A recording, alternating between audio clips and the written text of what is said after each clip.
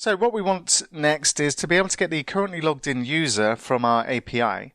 And in order to do that, we're going to need to extract the user's username from the token. And let's take a look at how we can do that. So I'm just going to clean up my windows here. And I'm going to add a new interface because we're going to add the ability to extract the username from the token inside our security, inside our infrastructure. And in our interfaces, I'm just going to add a new interface and call this iUserAccessor. And all this is going to do is contain a single method called getCurrentUsername. That takes no parameters because we're going to get the username from the token that's being sent up with the request.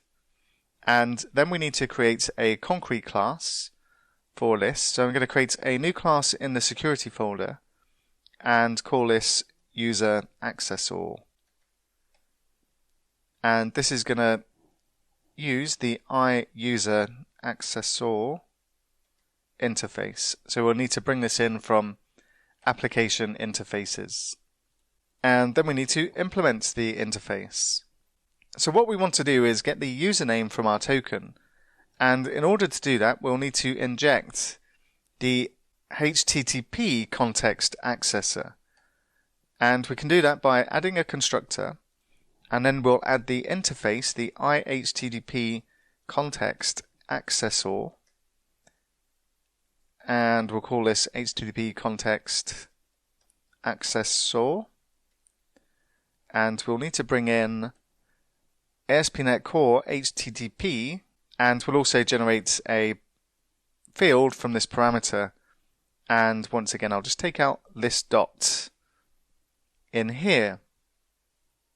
So our goal here is to get the username from the token. And what we want to do, we'll say var username equals HTTP context accessor, and then we'll use the HTTP context, and from here we can get access to the user for this particular request.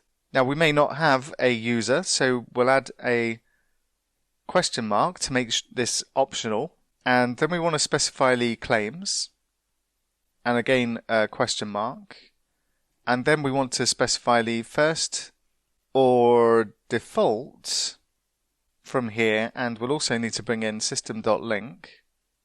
And the expression we want in here, we want to say x.type equals claim types, and once again we need to bring in system security claims, and then we can get access to the name identifier.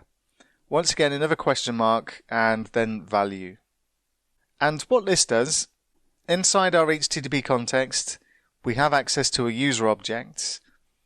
If this user object exists, then we can access the claims for this user object. And from this list of claims, we want to get the first or default that matches the type of the name identifier. And this is what our username is. And then we want to get the value of this. And then we can return the username.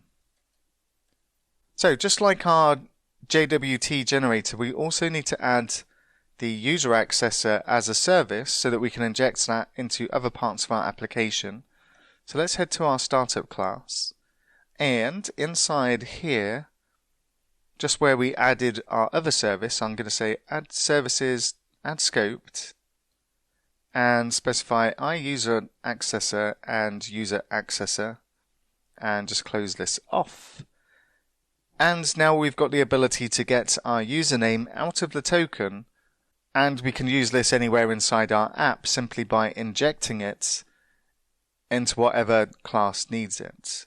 So what we'll take a look at next is generating a new handler so that we can actually get a user and return a currently logged in user to the client. And we'll take a look at that next.